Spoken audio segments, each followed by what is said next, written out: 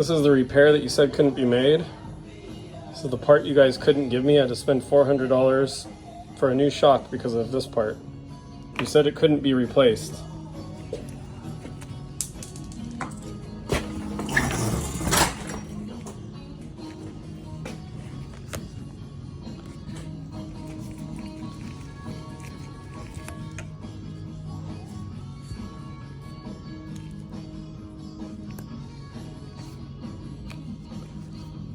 This is all that had to be done to replace it. Fixed.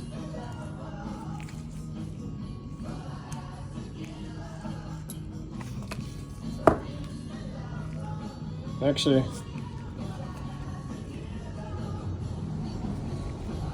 looks like all I had to do is tighten a screw right here. Tensioner screw.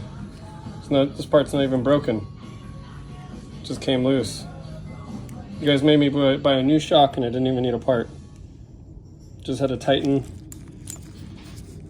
that tension screw right there. Thanks, guys.